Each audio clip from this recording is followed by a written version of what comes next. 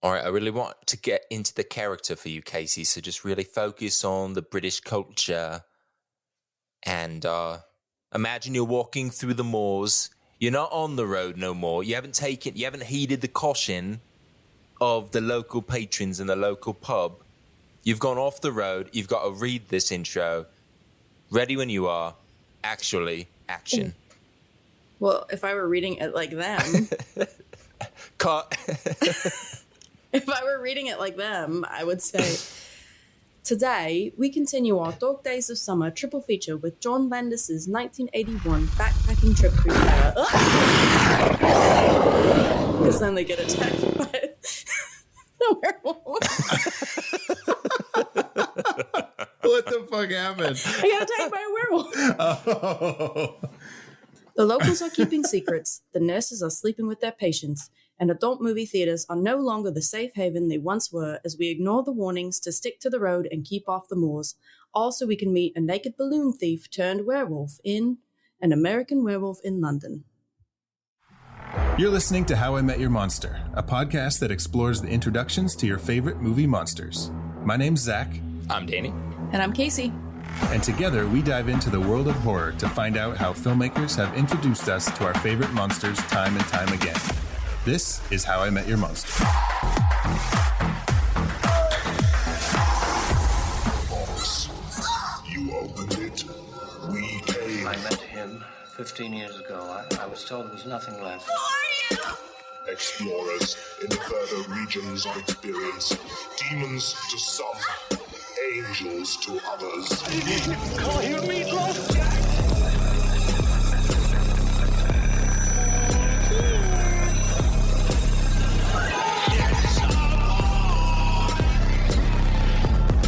Surprise, Sydney. Come on, don't be chicken shit. Are we doing a whole show like this? We're not. We're not? No. Why not, Zach? Only You don't wanna Zach's talk? going to do it. Because I can't do that. That's Yes, fine. you can. All right. I'll be so- David. Danny can be Jack. No, they're not British.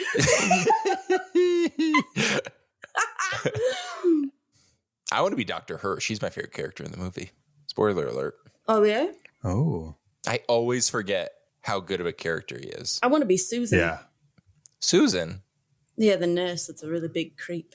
The one that talks about how big his dick is. Oh, yeah. Old, Yeah. old Dick Susan. Old Dick peeping Susan. Dick Peepin' Susan. You old Dick Peepin' Susan, you. Dick peeping Susan. Yep. All right. Okay. Welcome to How I Met Your Monster, the show where we discuss the introductions to your favorite movie monsters. Today we are continuing our, what's this triple feature called? Dog Days of Summer. We are continuing Dog Days of Summer with a bona-fide classic. Get it? Dogs, bones. An American Werewolf in London. If you couldn't tell from our intro, Casey and Danny have been replaced by British... by Casey and Danny. Why did we go that direction with the I don't accents? know. Because I couldn't figure out how to say my name with a British accent unless it was very, very strong. You got to add the R. Carsey. Carsey. So either way, we've got two new hosts on the show. So welcome. Today we're talking John Landis's An American Werewolf in London from 1981. Casey, this was your pick for Dog Days of Summer. It's a good one. Good pick. It's a good one. Yeah, not a bad movie, Casey. It's good. It's all right. Yeah. Well, I picked it because it was the first movie to win an Academy Award for Best Makeup. That's crazy. Oh yeah, Rick Baker. Rick Baker. Baker. Do you know that there were only 2 nominees that year? Because it was the first year. Oh, what were they? One was An American Werewolf in London. Okay. The other one is a movie called Heart Beeps. Heart Beeps. Have you ever heard of Heart What? Beeps? Why does that sound so No. familiar? I'm having like crazy deja vu right now. It's got Andy Kaufman, and it's like a sci-fi romance movie about two robots that are in love. Interesting. And Stan Winston did the makeup for that. Oh, okay. Okay. Which I wanted to actually do more like research on it because that's like all I know about it, and I'm not gonna lie, I just didn't.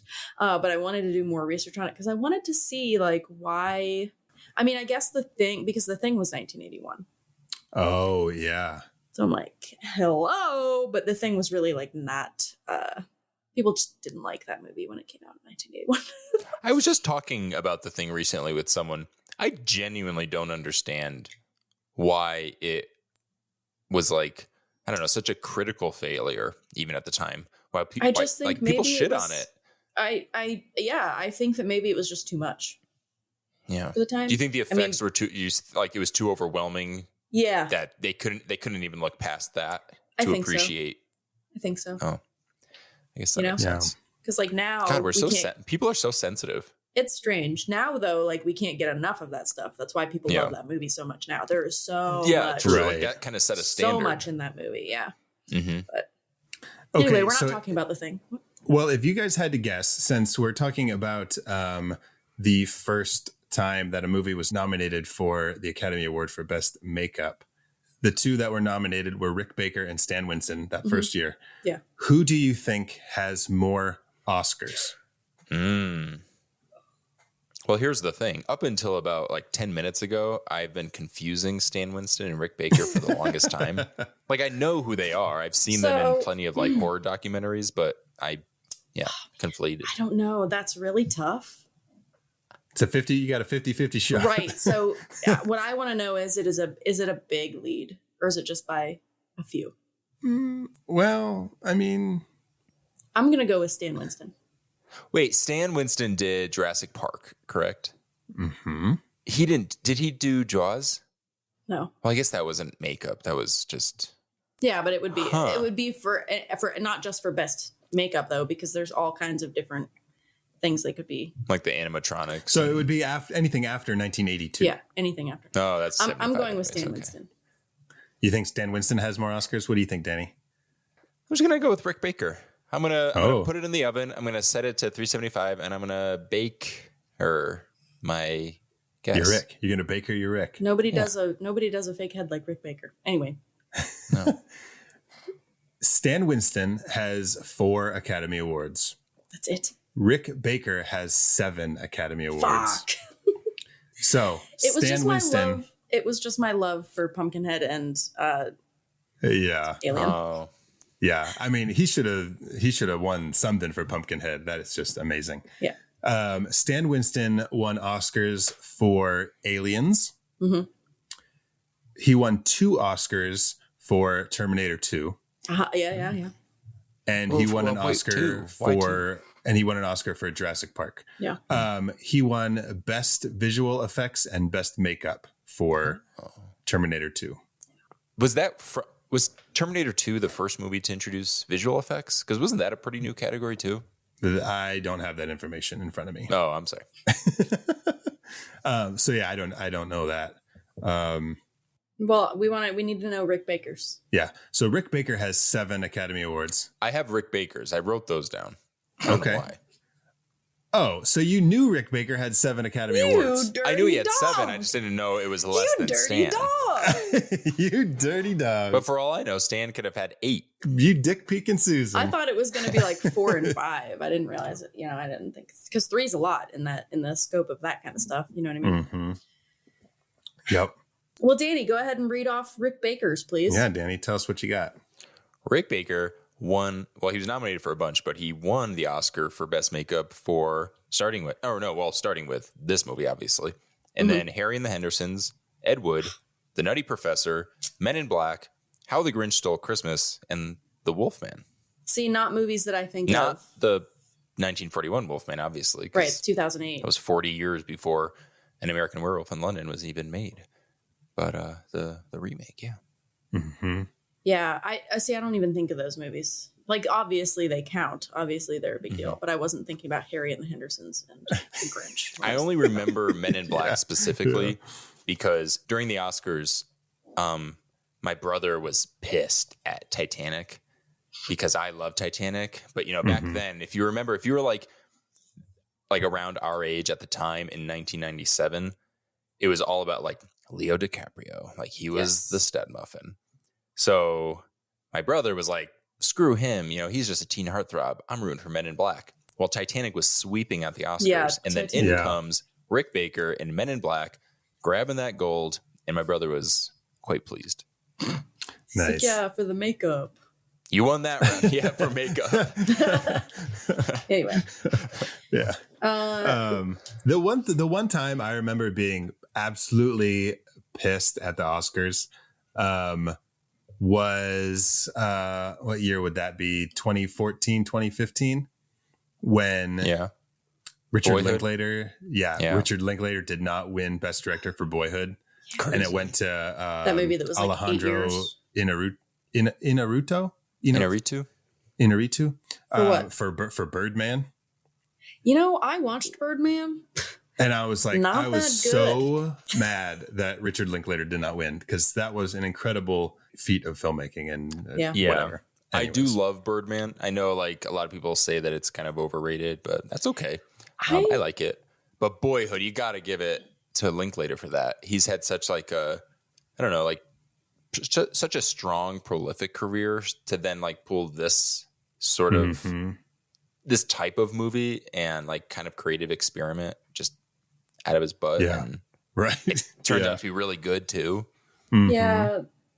I'm not gonna lie, Birdman was fine, but I honestly my expectations of it were really high. Like I thought it was gonna be like a Terry Gilliam movie, like way out there. Oh yeah. You know what I mean? And it really wasn't. There was really no like fantastical elements to it, really. Yeah. But I will say this. I've just been putting together, just for fun, I've been putting together my top 100 favorite movies on Letterboxd. just for fun. And I'm like really curating it and I'm trying to make sure it's perfect. Boyhood is on that list. Birdman is not. That's no offense to Birdman, but it's just a testament to Boyhood and Richard Linklater. Yes. Boyhood. Yeah. It's a good one. Okay, well, guys, we're not here talking about the fucking Oscars. I mean, we are though. Yeah, I feel like it's going to come up quite a bit still. We are though. Yeah. But we're also talking about werewolves Yeah. and werewolves at the Oscars. So okay, you win. But I want to get into this movie. Before we do, I have a few things that I want to share. Oh. If you are a fan of horror, since you're listening to this podcast, that's probably a good indicator that you like the horror genre. You should check out Fangoria. If you don't know what Fangoria is, you're probably living under a rock. Then you're lying and you don't really like horror. Yeah. Posers. But with the promo code How I Met Your Monster, you can enjoy 20% off your whole order at fangoria.com. So get your subscription if you don't have one already. Get a hat, maybe a couple t-shirts, whatever you want. Put it in your cart at shop.fangoria.com and enter promo code How I Met Your Monster at checkout, and you'll get 20% off, and you'll also help support our show. Isn't that crazy? When I think of Fangoria, I think of just the great magazine that they've been printing for years and that they've just brought back a few years ago. And it's better than ever. I just think it's that. But so much more. Then you're telling me they've got a whole merch store? They got a whole merch store, Danny. Are you kidding me? I'm not kidding. So I can read literally. Fangoria while I'm wearing a Fangoria hat, drinking coffee out of a Fangoria mug, and staring at the Fangoria website and reading. I'm multitasking. You're saying I could do all of those things? Uh-huh. Wow. For 20% off. For 20% off. You're not you're How I Met Your Monster promo code. For real. Mm-hmm. God, life is full of wonderful surprises. Want to know what else you can do? What? You can join our email list and receive a monthly monster newsletter. And that's got to cost some money too, right? No, doesn't cost It's free. a thing. It's free. It's 100% off. You can get 100% right off. now. Get it while it's hot, guys. 100% off right now. Price is going to go up. So do it now. HowIMetYourMonster.com. You can find the link to join our mailing list. And you'll get some cool stuff right to your inbox, because we know that all you need to fix your life is another email. That's it. On top of those 3,961 unread emails. That's right. Add one Yeah, more. but be honest, a lot of those are just filler. They suck. Somehow they should be in the spam folder, but Gmail isn't, being smart enough and moving them into spam. Well, we're going to be that one email that stands out, and it reminds you that Google or whoever came up with email, they knew what they were thinking. Al Gore. And you're going to remember, there is some good in this world, in the world of emails. That's right. Yep. And you'll even have a chance to get featured in this monthly newsletter because there's a little listener questionnaire, if you will. So go ahead and answer those questions and get featured in our newsletter for all to see. And one more thing I want to bring up. This has happened just randomly in the world. If you live in the Oklahoma City, North OKC area, and you were driving a car on 164th and Western, stopped at a stoplight, and you happen to have a How I Met Your Monster bumper sticker, just saying thanks. Hey. God bless you. Shout out to you. I was driving the other day, 164th and Western. I look over, and in the wild, I saw a How I Met Your Monster bumper sticker. It was a feral bumper sticker. It was in the wild. Yeah. It was unkempt. It growled a few times. That's pretty cool. So if that is your bumper sticker and you are listening to this show, thank you very much for supporting our show and being a listener. We love you. Thank you. And with that being said, we don't just love you. We're in love with you. Danny, it's too soon. We don't even know them. Come on. I always jump the gun too soon. I'm going to say it again. I'm in love with you. It's because you're gay, isn't it? Yeah. The gay community, they do that a lot. Lesbians, they move in a week after they've been together. We can't help ourselves. Why wait? Why wait? So with that being said, are you guys ready to meet the monster?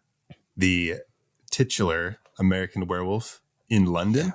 Titular. Is that I didn't know if the question was in the title or if you were asking. John Landis is an American werewolf in London. In London? We're meeting John Landis. Dude, John Landis was in his 20s when he made this movie, early 20s, I think. Really? When he made this movie. That's crazy. And he's coming off of Animal House and Blues Brothers, which I just always find so funny. Yeah, that's pretty cool. But he was also in this movie. Did you guys know that? No, I don't know what he looks like at all, so I never would have recognized him, even if he's got the glasses, he's got the beard, he's got the charming smile. Oh, yeah. You've seen him? Yeah. Now you've seen him? So he was born in 1950, and this movie came out in, 81? Yeah, so he was 30. Oh, so he was 30. Okay, so he was late 20s probably when they filmed, and then... He almost impressed us, John. Yeah, but he was he did a stunt in the climax in Piccadilly Circus. There's fun. One person that gets hit by a car and flies through the plate glass window into a bank or something. That's him. Oh. Wow. Yeah, I thought that was pretty cool. That's pretty cool. Anyways, this is not the John Landis podcast. This is the fucking How I Met Your Monster podcast. So we're here to talk about werewolves. Yeah. Let's go meet this monster.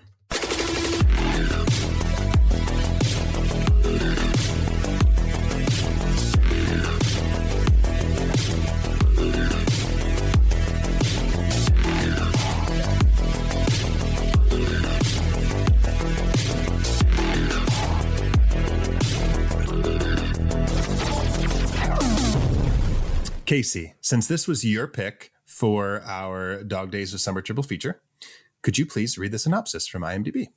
American college students David Kessler and Jack Goodman on a walking tour of Britain are attacked by a werewolf that none of the locals will admit exists. Jack dies. David recovers in a hospital where he has nightmares. This is a terrible synopsis, IMDb. Great synopsis. Spoiler alert. Jack dies. It's such an unnecessary bit of information. It is. Just an American backpacker gets bit by a werewolf and must contend with the curse before he kills the woman he loves. Well, sure. Or if you're going to say something like that, the ghost of his friend his friend's spirit, something, not just Jack dies. He's haunted by Jack's spirit until the bloodline is erased. Yeah, haunted by his dead friend, an American backpacker. Yeah. Casey, I think we cut you off, but even that last line, read the last line of it again. Oh, yeah. David recovers in a hospital where he has nightmares. All right, guys, that's it. That's American Werewolf in London. Let's dive in. That's it. That's all you need to know. Nothing about him say becoming no more. Nothing about him. Werewolves. Yeah, they're attacked by a werewolf, but he recovers in the hospital. He's good. He just has the nightmares. Yeah, it's a coming of age drama about a guy who has to grow up after getting bit by a werewolf. Oh my God. Okay, yeah. So not the best synopsis. It's not. It was really bad. Normally they're okay. So before we start the movie, I want to say we have 10 reveals for this movie, 10 official monster reveals. But I want to know a little bit about the history, your guys' history with this movie. Do you remember the first time you saw it? Do you remember tell me about it. The first time. I only watched this movie for the first time during COVID. Okay. Yep. Okay. The first year of COVID, so 2020? Yep. Okay. Wow. I don't know the exact time and date that I first saw this movie, but I'm guessing it had to have been either in high school, at the tail end of high school, or at the start of college. Because I remember before I started film school, I was I need to make sure I've seen every movie that's considered a classic. Otherwise, everyone's going to judge me. Yeah. So, or I did it. And then you get to film school and everyone in our class was like, I like Christopher Nolan. Yeah. Batman. I like Quentin Tarantino. I was like, but it just came out 7 minutes ago. So I loved An American Werewolf in Paris when I was young. Mm-hmm. Yeah, that was the first one I saw. Oh, it scared the shit out of me when I was a kid. I loved that movie. So I've seen that one. It's horrible. It does not hold up. I have watched it within the last few years. It's not good. But that's a bummer. It was. And actually the real title is An American Scott Wolfman in Paris. Scott Wolfman. Isn't his name Scott Wolf? No, Tom Everett Scott. Yeah, what? Who am I thinking of? Scott Wolf. I think Scott Wolf was on Party of Five. I feel I'm having another bout of deja vu. I think we've had this conversation before, Danny. I've confused the two same men. I loved the end, instead of the Piccadilly Circus, at the end of the An American Werewolf in Paris, they do the cult of werewolves in the church where they have that big party. That scene, I remember. That scene used to scare me so much. And even now, you say it hasn't held up. I haven't seen it in years. Yeah, but I remember the feeling of that scene of being trapped. Mm-hmm. And then they all, oh my God. They chase them through, I don't know if they're supposed to be the catacombs or but they have all these tunnels and stuff within the church and stuff. And they're chasing them all through the You know what that kind of reminds me of? Yeah. It reminds me of the opening scene in Blade when they're in that club. The vampire rave? And then that one guy realizes that he's the victim. And everyone else is a vampire. And then it starts raining blood and they're coming at him. And he's like, what the fuck? What the fuck? And he tries to get out. And they're all just looking at him they were about to eat you. So good. I'm going to have to watch that. Have you ever seen it? I've seen all three of them when they first came out. I don't remember. Okay. Well, apologies for spoiling the spectacle of that. Actually, the opening's pretty dumb. It's pretty stupid. Whatever. I remember there's a rave scene, but I didn't remember that happened. Yeah, that's that movie. It's very like you said about that. It's you get that claustrophobic feeling of oh my God, this is it. There's no way out. Yeah, I'm just gonna die, dude. But being trapped, they lock all the doors, they barricade all the doors, and then you have to watch them turn into werewolves and just be oh my God, shit. I'm gonna watch that tonight. I'm gonna watch it. I got to see it again. We'll do that movie Sunday when we do our Paris triple feature.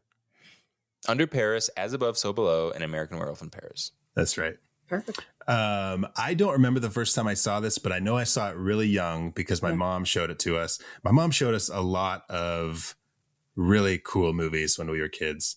And she would always fast forward like certain parts. She'd be like, okay, you can watch this. And then be like, okay, we're fast forwarding. Yeah, did she let you watch the part with Dick, Peep, and Susan? Dick, Peep, and Susan? Probably. Like that just would have went over my head. But I remember, like, I don't know how familiar you are with Lethal Weapon, but the end of the second act is where I always thought the movie ended because my mom would always be like, okay, this is it. Like, that's the end. Like, as soon as Riggs says, we're going to get bloody on this one, Raj. And she's like, the end. It's like, okay. You're like, what a final line. What a great line. Goes on Letterboxd. Best final lines in action movies. And they're like, you missed the third act completely. But no, she was always cool in letting us watch stuff like that. And so she showed us an American Werewolf in London. And then I remember, because I was a fan of this, I remember being excited for an American Werewolf in Paris, and I did watch that one a lot too. So yeah, American Werewolf in Paris is like the only movie that I remember giving me nightmares. Okay. Yeah. Okay. But okay, so as I mentioned before, we have 10 reveals for an American Werewolf in London, with a few honorable mentions sprinkled in throughout. What about the soundtrack to this movie? It's all moon music. Unbeatable. It's all moons, and they use 3 different versions of Blue Moon. They have Blue Moon, Blue Moon Light, and Blue Moon Mango Wheat. Just kidding. Oh, and funny enough, they Bob Dylan has a version of Blue Moon that he would not let them use for this movie. Oh, really? Yeah. Bobby. But what about like the opening scenes of just like the countryside, and you just get this awesome vibe? I was like reminded of our Folk Around and Find Out triple feature. Yeah. Which was that was so fun doing those 3 movies. Those were all really good. Yeah. Well, we've used this word a lot, but it's the coziness. It just feels like so comfortable. So yeah, we love our horror movies, but sometimes you also just like need a nice vibe, like a nice getaway atmosphere. And our Folk Around and Find Out series, like you had mentioned, this movie like just nails it, just gets it so right. Yeah, werewolves out in the countryside. Yeah. Tearing people up. Yeah, perfect. And it's just like, I don't know. And I've said this before, and it sounds so corny, but like they don't make movies like they used to. You know what I mean? Like it's all about rushing into stuff and like getting it. Hey, Men was a part of all Folk Around. Yeah, Folk Around and that's Find true. Out. But like even that one. But that one was like not a big movie. Yeah, that's true. It was smaller. You know, like that was more independent. It was. I feel like nowadays, to your point, Zach, I feel like there's always like that note, like a studio note. Like, do we really need to see this? All the landscape shots? Can't we just get to it? Can we open up on the kill? Yeah. Do we really need to see 3 minutes of just pretty landscapes? Yeah. But that's what makes the movie memorable. Even Men started out with like, you see like the dude falling and like everything is just like happening, and it's just like so much. I'm not saying I didn't like it. Men was really, really, really good. Wait, quick, guys. Let's compare Men or American Werewolf in London. Go. An American Man in London. American Men in the English countryside. But anyways, I love the opening scenes of just the countryside. I also love the chemistry between David and Jack when they're like, it's so good. They're so cute. It's so good. Well, this is where I think John Landis, having directed to like, especially with Animal House, doing like a teen comedy movie, I think that lends itself so well to a movie like this, because it's sort of like, you know, you're going into a horror movie, but between those landscape shots and that rapport between like these two guys and some of that really kind of like lighthearted casual comedy, it kind of loosens you up, you know, even if you know that horror is coming, you feel a little relaxed, so that when the werewolf comes, it's like, oh shit, I forgot. Like, this is horror. We're about to see some shit. We're about to see some serious shit. And it happens pretty quick in this movie, though. Yeah. And even when like they're out walking, and this is actually, we'll talk about this now. This is our very first reveal when the werewolf attacks David and Jack out in the moors.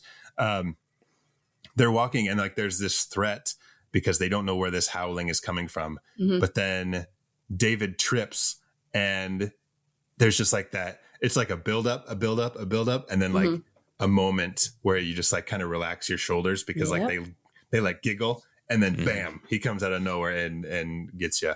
Yeah. And since I saw cool. this for the first time, 4 years ago, I do remember that I did let my guard down, and it's like but that it's coming because they've set it all up. Yeah. But then you still don't expect it for some reason. Well, yeah, because that little bit where they kind of relax and like they laugh about the fact that he fell down and they make a joke and you can't help but just kind of drop your shoulders for a minute and then they're cute. And just that timing because right when you relax, he gets you. Well, also, I mean, obviously it was released in 1981, but for all intents and purposes, it's a modern movie. And right before they're killed is when they go to the Slaughtered Lamb bar. And then you kind of run into all the classic werewolf tropes. There's the pentagram on the wall. There's like the suspicious, locals who are warning, like stay on the road, keep off the moors. It's all like beware the moon. So it's all like, okay, thanks guys. Like even then it's almost like you have more reason to let your guard down because it's like, okay, let's get the fuck out of here. These people are crazy. Yeah. Which I think is sort of exaggerated even more because these are like literal outsiders. Like it's even in the title, American, to American backpackers. So yeah, I think that whole setup, everything leading up to that first intro, that first reveal of the monster is, it's perfection. Yeah, absolutely. And even the, one of my honorable mentions was the Slaughtered Lamb. I was going to actually say I was going to go deeper into or specifically like the patrons for letting them leave. But yeah, I think you're right. That whole location, 100%. I actually wrote down another honorable mention when they're in the Slaughtered Lamb because you hear the howling outside and they kind of like pique their interest and they're like, oh shit. That's a good call. And then she's like, you can't let them leave. And it just like, I don't understand why they let them leave. Like, why? Yeah. Do you think it's just something as simple as like they're just not good with people? Like they don't, like they don't know how to handle this situation. They're so like later off. He was talking about like, it's our business. Like they don't need to know about it. Like we don't have to share it. Like then just don't fucking talk about it. Well, because why do you gotta let them leave? This movie is a metaphor for depression, and the people within the Slaughtered Lamb represent compartmentalization. I never looked at it like that. That's fascinating. Oh, dang. This got serious. I literally did think about that for a little while I was watching that this was all. Wait, just, go in. Yeah, keep going. I want to hear That's more interesting. about this. Yeah. No. I didn't like. So the metaphor for depression thing was the like turning into the werewolf, like letting your depression consume you and blah blah blah, and he has to kill himself in the end, which is a little bit obvious, but so that was what I thought about. Then I just added that part about the people not they let them go because you're keeping things in your mind and not letting them, you know what I mean? Yeah, you're like thinking about certain things when you compartmentalize, right? So you're that's good. Things and that's good. Yeah, damn, Casey, you have to watch it again thinking about that. Yeah. What I love in this, so much happens in this opening, especially in that the first time we meet the monster, because guys, the monster dies the first time we meet it, which I love. The patrons who, we were just kind of talking smack about for a little bit, they do come in, they do have like a moment of, sense and reason, and they do their best. They try to save them. They only save David, but they do kill the wolf. Man, it's interesting though that they kill the wolf, but then like, where did the wolf go? What do you mean? There because the dead guy's laying next to him, and he's a human now. Did you miss it? Yeah, I guess it just confuses me the whole because they don't know what happened. Who doesn't know what happens? The police don't know what happens. Oh, because the locals covered it up. Yeah, I guess. Yeah. because they don't want people to know their depression. Yeah. So yeah, the locals covered it up, but they shoot the wolf, and then like David looks over as he's like passing out, and he sees a naked guy laying there. And spoiler alert, they kind of confirm at the end that the transformation back from a wolf to a man is like pretty instantaneous. Yeah. Mm-hmm. And I guess you don't have to use silver in this case. You just shoot him. Yeah. Well, doesn't Jack say House like, rules. don't be an idiot, David, when he talks about like some of the classic werewolf lore rules. Yeah. Okay. Casey, house rules. So then he wakes up in the hospital, and the guy says, the guy says, he says, "I'd like to give you some time to prepare yourself. Your friend is dead." No, you gave him no time to prepare himself. Yeah. Oh, it's like the most polite, dry British way to tell someone your friend is dead. What a fucking like. Are you sitting down? Your friend is dead. Your friend is dead. It was funny. Anyway. Is that the doctor or is that Mr. Collins from the embassy? That's the doctor. Mr. Collins can also eat a fucking dick. He's a fucking dork. Dude, he's an asshole. His friend died and he's like, Mr. What happened? And he's like, there's no need for this outlandishness. Do you know who that is? He's not doing anything. He's just crying. No, who is it? That's Frank Oz. Really? Yeah. As he's in the Yoda? voice. He's the voice of Yoda. Interesting. Among other things, he's directed some stuff and he's had quite a career. But yeah, well, he's a dick. Dead is your friend. He's like, cry not. He's like, why are you freaking out, bro? But he's not even freaking out. Yeah, Mr. And then they Kessler. inject him with sedatives because he's freaking out too hard. I don't know. Yeah, He couldn't have been any calmer. Oh, Danny's just over here in case you're talking about stuff, and Danny's over here just doing Yoda impressions. So this is where we get Dick Peepin' Susan. Dick Peepin' Susan comes in and she's like, Susan looking at his wiener. Yeah. Yeah, a lot of this is the second movie that we've had in this past year where they talk about like circumcision is a very big topic. Oh yeah. I refer back to what was the other one? The Wicker Man. Yeah. Oh, was it? All of the circumcised skin from this movie is in that jar on that island. Ah, yes. Very cool. Listeners, I know you think I'm being gross, but if you've seen The Wicker Man, you know what I'm talking about. You know. But yeah, Dick Peep and Susan takes a peep, and there's like a whole like, what's the word I'm trying to say? Not sexy vibe. Like, oh, I don't know. I got a sexy vibe right from the start. They showed that landscape. I was like, oh. There's like this sexual tension between Nurse Alex and David. Like, I mean, obviously, like that's the story, but like, well, they fall in love after 3 days. She's like feeding him chicken. Yeah. That was like a weird, like, it's like supposed to be like erotic or something. That's how Cody got me. That's how I knew it was real. Dude, we're not there yet, but the sex scene in this movie is the worst sex scene I have ever witnessed in my life. There was no intimacy coordinator in this film. No, those are a new thing, I think. Yeah, they must be. I'm pretty sure. I know that they're meant to keep people comfortable, but I feel like they're also, you know, maybe like, well, we could make this because you guys look like you don't want to bone at all. Yeah, that's definitely a new thing. You know, hearing about some of the shit that's happened on old movie sets. I know like, that it's not actually made. But it's not actually used for, you know, to make it sex good. Thinking we just need more intimacy. It's like, no, that's not my role here. They do though, Danny. That's not what I'm here for. I know.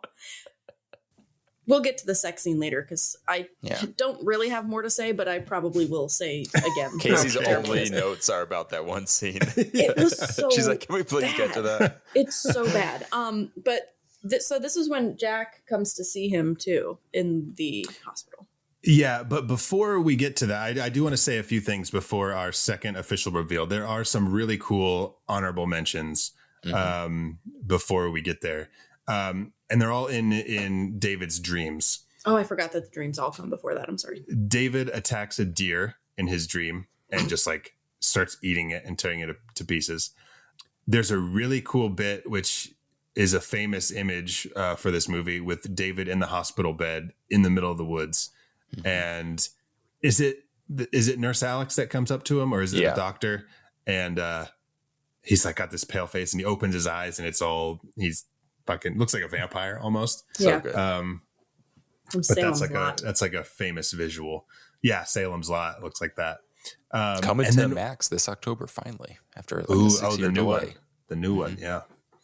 But what might be one of the coolest scenes in the movie that comes out of nowhere and it's fucking wild is the fucking Nazi werewolves, the SS werewolves that bust through the door and just slaughter David's family. Yeah. It's not quite the hymn of the chorus of the werewolves or whatever, like we talked about in the last episode. the dance of the church wolves. Oh, the dream of the church wolves. But the dream of the church wolves. Like, is this a common thing in werewolf movies where people have dreams about werewolves? I don't know. I mean, we are like. I mean, we're 2 for 2.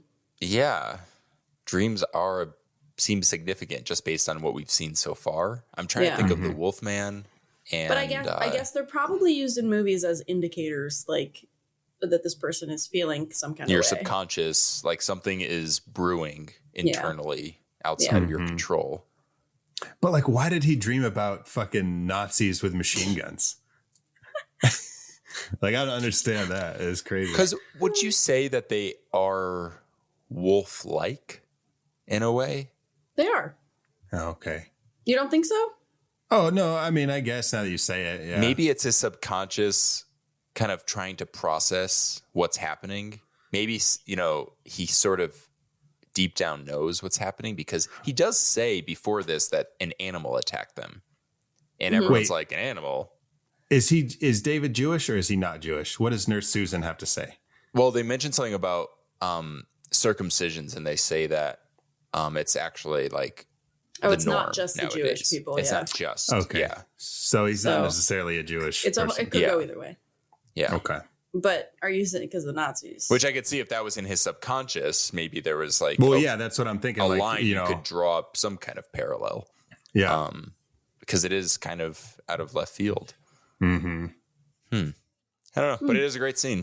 It is great. And then it even like there's like a great like fake out too, because he wakes up and Nurse Alex is there, and then she opens up the curtains and there's another Nazi werewolf in the curtains that stabs her. And I love it. Fun little fake out. Yeah, the stabs in this are good. I love it. This is so cool because this leads us into our second reveal, which is when Jack returns. But what I think is so good is what John Landis does is puts all these dreams, he like builds on the dreams. So then when Jack does come back, is he dreaming? It's so like, David's just like, this is a dream. This is a dream. Of course it's a dream. I've had all these crazy dreams. This is a dream, which is just the power of 3. It would make sense that this would just be fake. I know that everybody loves the transformation scene, but Jack's makeup in this part. Oh, dude. It's so good. It's the so little good. Flaps of skin that are just like wiggling and jiggling. Uh-huh. I almost wish they would have just kept this makeup the whole time instead of the darkening him to make him look more and more dead, I guess. Yeah. But yeah, I love this makeup. It's so good. I asked Cody if we could do Jack and David for Halloween one year. And as much as I want to wear that red puffy jacket that David has, I want to be bloodied up. Yeah, that'd be so cool. Jack. There's a cosplayer around here in the Oklahoma City area.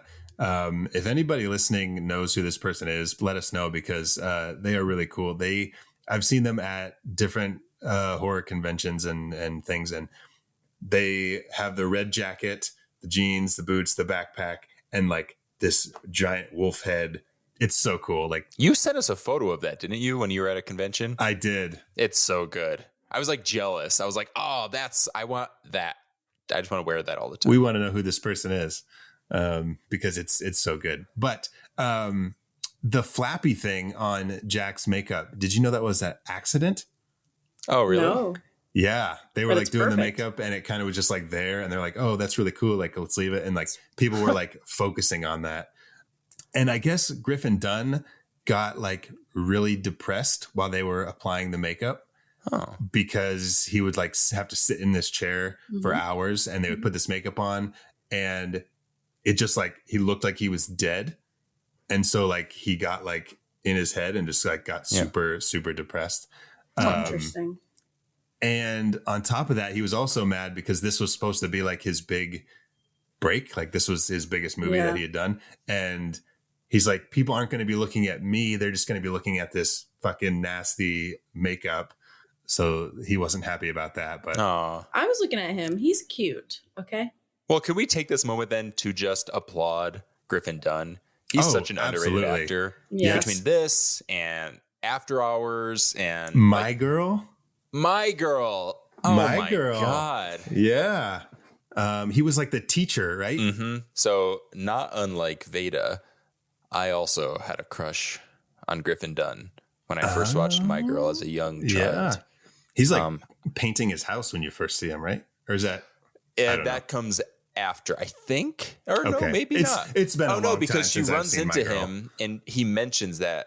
No, you're absolutely right. He's painting his house and he says that she's like, how do you afford that on a teacher's salary, basically? And he says, I'm teaching summer classes, a writing class. And that's when she has the bright idea to steal Jamie Lee Curtis's money and go to class without her father's consent. Gotcha. That's a good movie. Oh, that's one of my favorite movies of all time. Is it? I need to watch that again. It's been a long time. I watch it once. It's my annual My Girl watch every summer. Okay. Okay. Yeah, it's pretty good.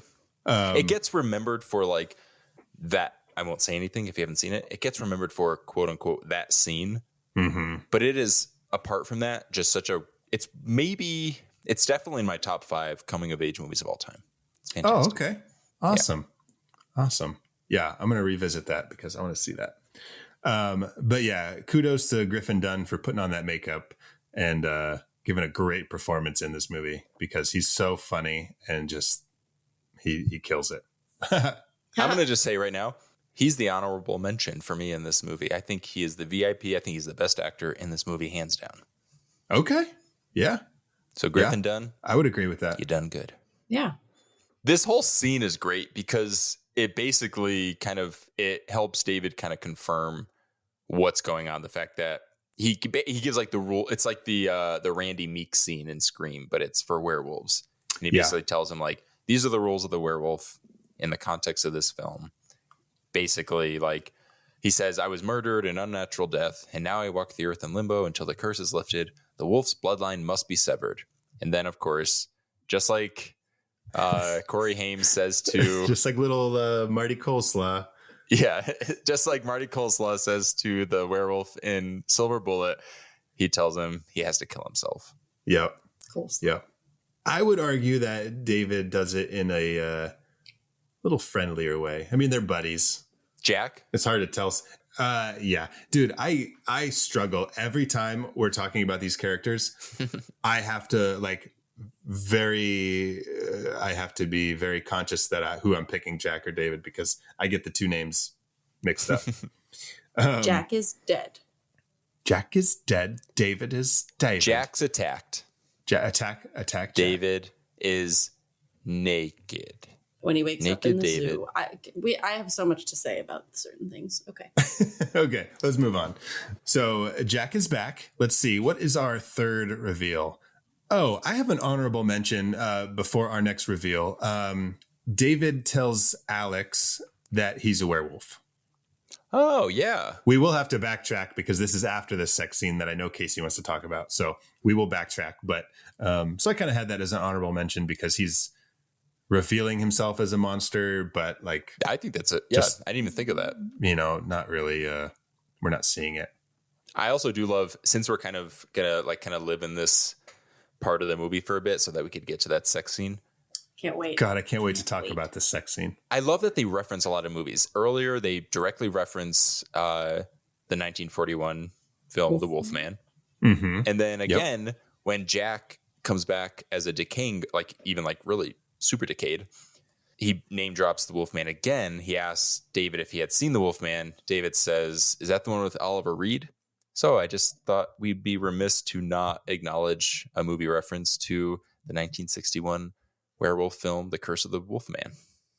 Curse of the Wolfman or Curse of the Werewolf. What am I? Was that a Hammer movie or was that not a Hammer movie? Yes, that's a Hammer movie. And it's really good. It's funny. I'll give you a Hammer movie. See you next Wednesday. No, Curse of the Werewolf is actually really good. It's surprisingly light on the werewolves. It is light on the werewolves because I remember the few movies in my childhood that I watched with my dad. We watched Curse of the Werewolf, and I remember being so fucking bored because if I'm not mistaken, like, I mean, you know, I was young when I saw it, but like there's no werewolf stuff until like the end, like the very end. Yeah, it's very much about like classism and politics and and then at the end you realize like, oh shit, he's a werewolf. Yeah, I remember being fucking bored as like the credits are rolling. He's like, wait, I need to transform. It's called The Eventual Curse of the Werewolf. Yeah. Nice. Oh yeah, so Casey needs to talk about this sex scene and she's gone. She went to go watch it again. She's just watching the scene. She can't help herself.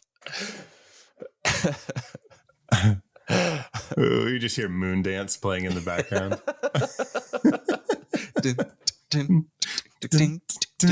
It's a marvelous night for a moon dance. I don't know any other lyric. It's something. Casey, how was it for a second time? What? We just assumed you left to go scene? watch the sex scene again. It would have been like the 6th time because I rewound it so many times while I watched this. It made me so hard. Are we to that point? Or am I? Oh yeah, I mean, I? Yeah, I jumped the gun on it. I passed it, so we're gonna backtrack and let's get into it. Yeah. So, Danny, you don't remember the sex scene? I mean, I remember it, but I don't remember like specifically why it did or did not work. Zach, how do you feel about it? I don't like. It's fine. I didn't think it was terrible. The one thing I always think is weird is when they're like in the shower and she like, I don't know if she's trying to kiss his shoulder or bite his shoulder or do something. It's just, yeah, she does like a weird thing with her mouth, and I'm just like, that's weird. But other than that, like, I don't know. Really? Sex in showers is odd to me in general. It's horrible. It's the worst idea ever. But they could still just make out or something. But instead, she's like on his shoulder. This sex scene was like so stiff, but not in the way that it's supposed to be. You know what I'm saying, guys? Like a penis. Yeah, no, there was like no fluidity. They were like, not yet. This is no, there wasn't at all because there's no way either of them got off. There was no fluid involved. He's like, "What are you doing? Stop!" Yeah, biting. no, it's like, stop it. Seriously, seriously, watch it again. Nacho Libre. He's like, get off of me! Get off of me! Seriously, go back and watch it again. They're just this. So this is an audio medium, but for Zach and Dan, but use your imagination. I will demonstrate. This is like the old days of like radio theater. Oh, she's just, it's very quiet. You're not getting anything. I thought she'd give us something in the audio. Casey has both her hands flat, palms together, pressing very tightly and just scraping like against sandpaper, each other. like two pieces of sandpaper brushing up against each other. It was so like not sexy. I'm like, when I watch a movie, when I watch a sex scene in a movie, that's my one kink is sandpaper brushing up against each other. So agree to disagree. We don't kink shame. I guess there were probably a few people out there that really enjoyed it, but when I watch a movie, I want the sex scene to be hot. I'm not watching this for these people to not be enjoying themselves. Yeah. Well, and there's thanks. and so I'm with you. he's a werewolf, right? And so I mean, not at this very moment. No, but like later after his Not a transformation, single animalistic tendency the whatsoever. next morning after he does all his werewolf stuff. Oh yeah. The next day he's like all about it. Oh, he's yeah. like horny He's and he's carnal. like, He let's wants to fuck. So maybe he's supposed to suck at sex? So at this it's point? funny that like they didn't do the sex scene then. Yeah, you're right. Or they should have done another one to kind of You're compare right. the two. Oh, to be yeah. like, look at how much She'd be more... like, David, wow, you're such an animal. And he could like look at the camera with a little wink. Yeah, exactly. When before he was a piece of sandpaper. Yeah. Well, you say look at the camera and wink. He does break the fourth wall in this movie. But anyway. He says, David, you're such an animal. And he like looks at the camera and then a little picture of John Landis pops up in the corner of the screen and goes, Toasty. Fatality. Anyways, Casey, he breaks the fourth wall in this movie. What are you talking about? Yeah, he stares right at the during camera. the transformation. Oh, yeah. he like just with looks the close up right- of the eyes when they're like, No, before that, when There's he's a still part where kind he's of like laying on the human-ish. floor and he's looking at the Oh. camera and it's almost literally, it looks like he's saying, help me with his eyes. Totally. That's what I think. It's Yeah. really Okay. like, haunting. oh, Yeah. dang. Okay.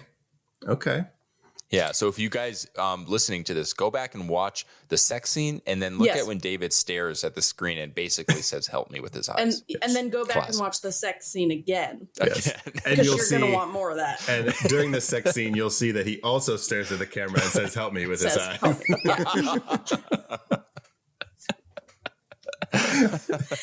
For sure. She's like, David, did you say something? And he's like, He's like, no, that was just my eyes. help me. His eyes have little like mouths. Okay, guys, we're at the moment. Oh, This is The our moment? third official reveal, the transformation of David Kessler into the werewolf. what a forgettable scene. Really, I mean, truly. You guys, this was the first of its kind. This was an incredible milestone in special effects makeup, I would say. We could do a whole episode on this scene alone. Mm-hmm. It's pretty great. Considering our tangents, maybe we should have. So Rick Baker spearheaded this thing. He was the head of the makeup department. And I saw in an interview that his team consisted of only 6 people. This is the first movie where he had a team of people working for him. And he said that they were all people who had written him fan mail. Dude. And they were Aw. from like all over the country. And he just like brought them Fucking in. if only. Right? Isn't that just fucking That's so crazy? cool. Like times have changed completely. He did want the werewolf to be a biped. Mm-hmm. Yeah, Is that what you bipedal. say? A bipedal? But John Landis insisted that it be on all fours. So he went with it. That's interesting. And he modeled the werewolf after his dog Bosco. How cute. So I thought that was Not pretty to be cool. confused with the RuPaul Drag Race contestant. Bosco. Oh, I love Bosco. She's so cute. Mm-hmm. One thing I do know about this transformation, that they started filming with the hairiest parts of David. And then they trimmed the hair away. And did They started with the pubis region. I say the hairiest parts? Yeah. Yeah. They started with not just the hairiest parts. They started with the hairiest shots, scenes Ooh. of David being at his hairiest. And then they trimmed back and shot those scenes. And so I thought that was pretty cool. They shot in reverse. That is cool. It is crazy to think how iconic this scene is. It When you is, but think of- again, like I was saying, not to knock this, obviously, because this is amazing, but still, when I think of The Thing, it's like Yeah. So Yeah. I'm curious though, do we the movie The know Thing. which like was filmed first? Like could someone have been influenced by the other or no? Oh, they came out the same year, Yeah. Yeah. so But I guess just like comparing it comparing this just within like the werewolf subgenre, when you look at a movie, I mean, obviously 1941, that's 4 decades. Yeah. You know? No, of course. As far as werewolf I mean, there's still, even now, I mean, there still isn't a better werewolf transformation. Right. Period. Yeah. What would compare to this? Like I'm thinking of The Howling is pretty great. A lot of transformations I've seen, at least recently, have been very they're computer CG heavy. Yeah. Mm-hmm. Yeah. Which doesn't mean they're Like, bad. It's just you can't compare it really. Right. Correct. And, Right. and the show, what was that show? The Netflix show Netflix. with Femke, werewolves and vampires. Well, there was one that M. Night Shyamalan produced. Was there Wasn't one that called Werewolves? Wayward Pines or something? Yeah, Wayward Pines. That's what I was Wayward thinking Pines. of. No, this one was produced by Matt Eli Dillon. Roth, and it was computer, but it was cool because like when they transformed, their skin peeled off and then they ate it. Like their skin would fall off of them and then they ate it. Oh, that's cool. And is it Company of Wolves where like the snout, there's that famous shot of like the snout coming out of the mouth? It's kind of like pulling itself out of the human body. Yeah. But this was like the OG. And so it like, if it wasn't for this movie, none of those other ones would be able to do those things. Oh yeah. Totally. This one is a transformation that looks painful. Oh my gosh. You know, they always talk about like the how the werewolf curse, but it always kind of it's always like this stop motion, like you just get a little hairier, you get a little more feral, you snarl. Yeah. This one is genuinely like horrible. And when it starts, he's in so much pain. He's just screaming out of no, like it just Yeah. hits him. So you can only imagine what his body is doing internally. Oh yeah. And he's really hot. So I think his insides might be boiling. Oh gosh. Yeah. Yeah. Yeah. They said in an interview that like, just basically what you were saying, Danny, is like, you never saw that before. Like your whole physical being is changing. And like, they wanted to show that pain. Yeah. Yeah. It's scary. And like Danny and I noticed, he looks at the camera. His peener. His peener? You noticed his penis? Okay, Susan. You, All right, Dick peeping Susan. you little dick peeping Susan. What did you and I notice? Him looking at the Then camera. he looks at the camera Oh. and he's begging for help. He looks terrified. We need an intimacy coordinator on this podcast. Yeah, we do. Dick peeping Sue. Okay, so what is with Mickey Mouse? They show Mickey Mouse earlier when Jack is, well, like he's playing with the little thing. And then they show it again, the little statue with during the transformation scene. Is that just to like remind you that Jack was right? Because like Jack was the one playing with the thing. And then like later, maybe it's just kind of like there. I mean, it's just like it could just be like a funny cutaway, but I didn't know if there was some significance. I wonder if it's something to do with, because Disney itself is like such an American thing, and it's it's like dumb. So maybe it's like reminding us, like, look out, this stupid American, like, look at the shit he's got himself into. Yeah, I thought it was just like a juxtaposition of something really horrific, and then sure, you know, like in Jeepers Creepers, how it's like really scary, but then they start playing the Jeepers Creepers song. Like, yeah. Yeah. Like, here's your comforts, here's your safety, but look how far removed you are from all of that. Yeah. Could be anything. Yeah, those are all good theories. I just didn't know if I was missing something. But okay, so David is now a werewolf. And you know what? They never show how he leaves the apartment. No. He's like trying to open the door. He's like scratching, and like Nurse Alex comes back later, and he's like there, like crying at the door, whimpering. Alex just conveniently has that thing. I think it was in the live action 101 Dalmatians movie where like the dog has like a little switch it can hit to open the door. Oh, it's like, it's his luck. He happened to find the right person this one night. That is funny though, because there's no indication that he had any issues leaving. That's so funny. It's just the werewolf. He's like finally transformed. He runs to the door and he just like has a moment where like looks at the camera and like, dude, wait a second. I think I just discovered how he got out. Okay. Because I remember when he says goodbye to her. He gets locked out of the apartment. He has to climb in the window. And then later when he is just like pacing around, he goes outside and just kind of like stands on the porch and like looks around and then goes back in and he doesn't shut the door. See, I thought you were just going to say the fact that he opened the window was to set up the fact that maybe they had a deleted scene or something they didn't shoot where he like runs out the window. Yeah. But the fact that he leaves the door open. And well, I mean, this could just be like they never thought about it and it's just coincidence that like. But I remember saying to myself, like, going to listen to this episode and be like, yeah, that's what it was. But I was like, dude, you're not even going to shut the door. And then like he goes into her apartment and well, still he'd have to get out of her apartment. I don't know.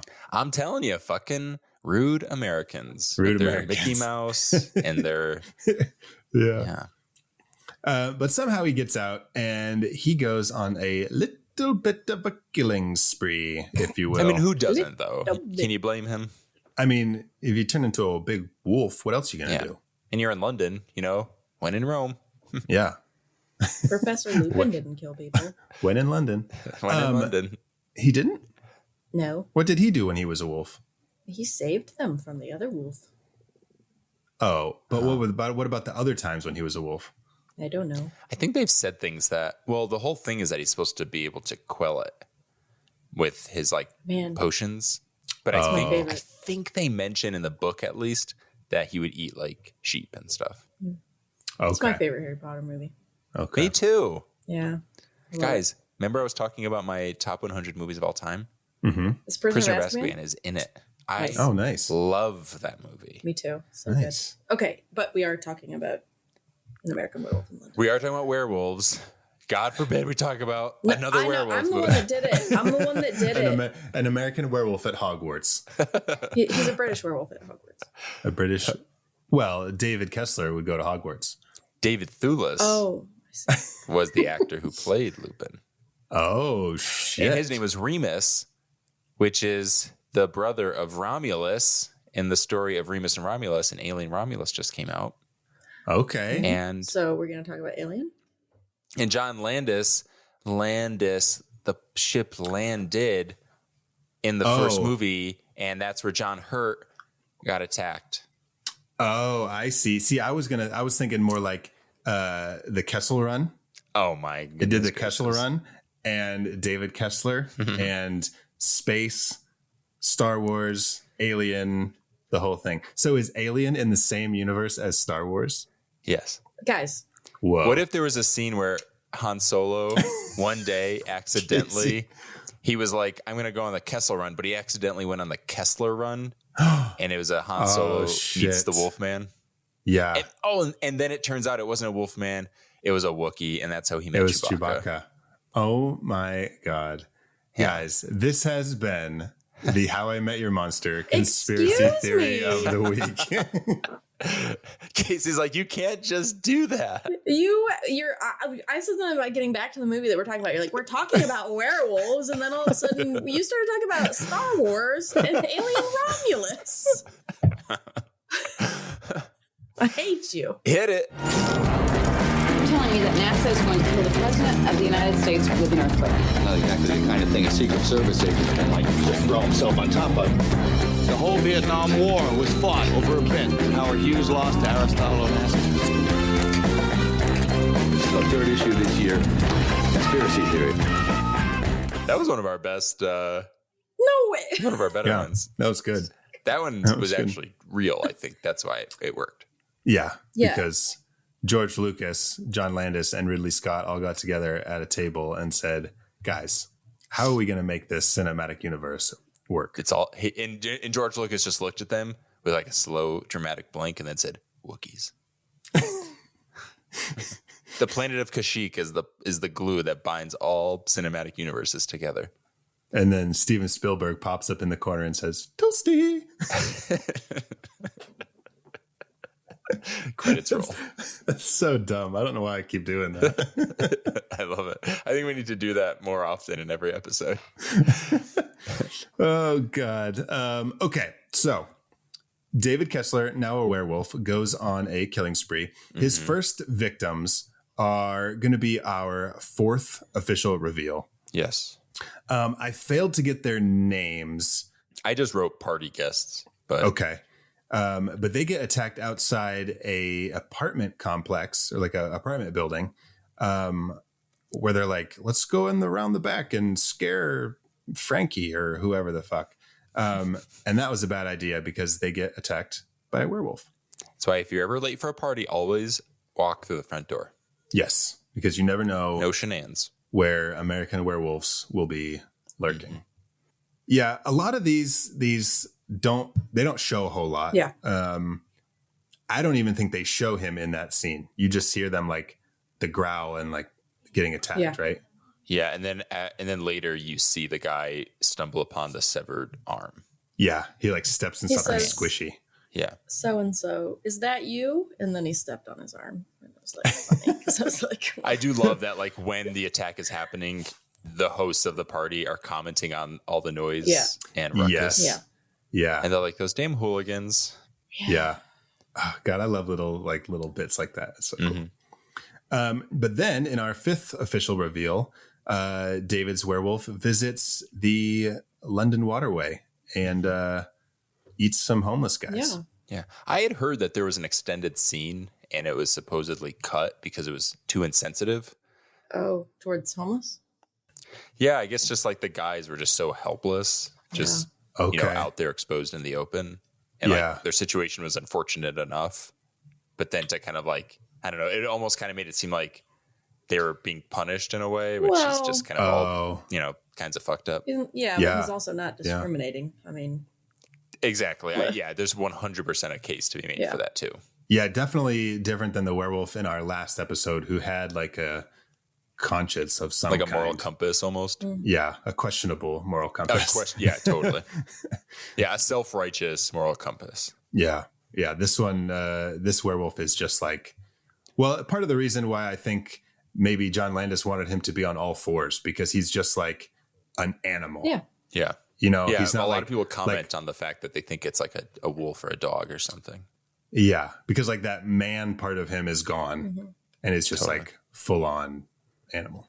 Is there, maybe this is obvious, but the fact that it's titled An American Werewolf in London, is it supposed to be like kind of playing with, American greed and how, American consumerism, like he literally just goes out and takes whatever he wants on what was supposed to be this like innocent backpacking trip. He like can't help himself. What did you say? Is this too obvious, Danny? Yeah. Is this too obvious? It's like super deep. Yeah, and Zach and I were like, oh, didn't think of that.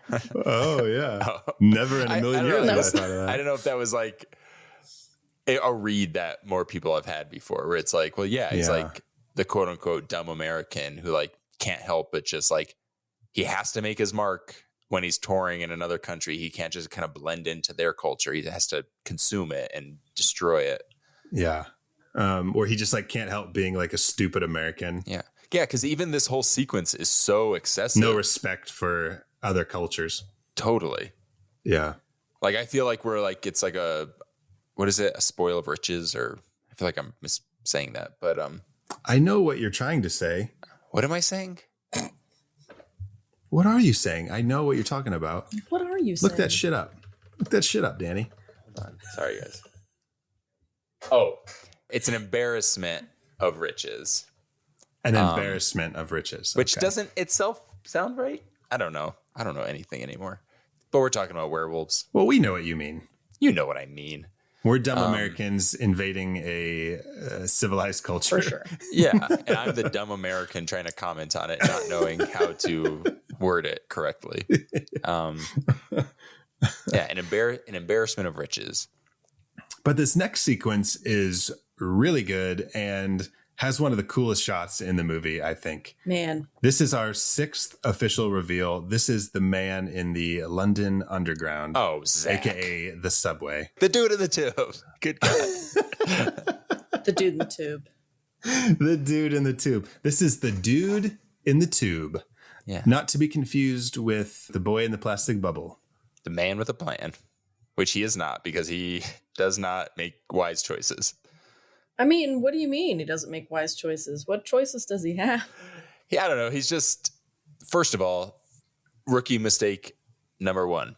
Don't go in the tube late at night by yourself when it's empty. Oh, stop it. Rookie move number 2.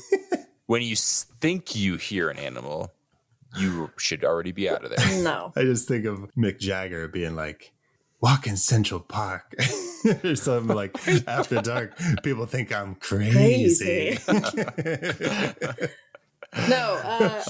No, people go alone places all the time. What do you think you're ever going to fucking be attacked by a werewolf, please? I've seen some weird things alone on the subway in New York City. And probably continued to go on the subway alone. I turned and I found a different car at least. Because people can be scary. Most people are not. Well, of Some course, people but are. you also don't, I mean, that aside, you don't ever think you're going to get attacked by a werewolf. Well, you never think you're going to be attacked by a werewolf. Right. Sometimes it happens. This part is the only part to me that's actually scary. It is, isn't it? This part's scary. Does it? What gets you? Is it like the fact that we don't see it and it's just his reactions? Yes, but you see like him just come through the door for a split fucking second. Love that. And that's like the coolest shot in the whole. It is so cool. It's just the anticipation because we all know what's coming, right? And this guy, he's not sure, but he's in there. Yeah, the dude in the tube. Yeah, I think there's something about the fact that like he gets so far, and like you don't see, like you know that it's the werewolf stalking him, but you don't see it. You never know how close it is to him because he seems like he's getting away, and then. He trips and for some reason just doesn't get back up again. He's shocked. Rookie mistake number 3. He's always shocked. Get up. Don't tell me that. Oh, Danny. Well, no, like he lives in London. What could possibly be shocking? You are numb at that point. Look at him. Look at his face. He's so just anybody in any kind of situation like that. You could never say how you're going to react. No, I agree. Yeah. So this is actually, with this being the first time that we see the werewolf walking. I think this is a great time to tell you how they did that. Ooh, yeah. The werewolf was actually a man in a suit, right? So his arms were the front legs. He was laying on a plank with wheels, and there were people pushing him from behind. And so he was laying down with his legs up on a plank that had 2 big wheels, and then his front legs were like walking like paws would walk, you know what I mean? Yeah. And then they just never showed the back half of the werewolf. That's pretty cool. Which was pretty cool, yeah. Yeah. Because you get that fluidity of like the muscles and the stuff, yeah. I think one thing that adds to the scariness for me in this part too is that I'm not necessarily claustrophobic, but it's still like a claustrophobic space, you know, which... Yeah, totally. I mean, you're underground. You're like surrounded by concrete. Yeah. It's just you're alone. It's at night. There's no way out. I mean, there is. There's one way out. One way. Yeah. Yeah. You can't. You know. And there's no windows or anything. I'm trying to think if there was a way that he could have gotten away from the wolf, but I guess no. I mean, if he would have gone down the subway track and found like a maintenance door or something, but you're not necessarily thinking critically. He runs and the fucking werewolf gets stopped by like the turnstiles and he's like, fuck. He's like, I don't have my fucking card. Dude. I don't have my pass. He's like, the werewolf is like patting He's like, this should be a public service. My taxes pay for this. Why do I then have to pay for the ride itself? This is his taxes don't pay for it. He's an American. That's the joke. He looks at the camera like, got me. Oh man.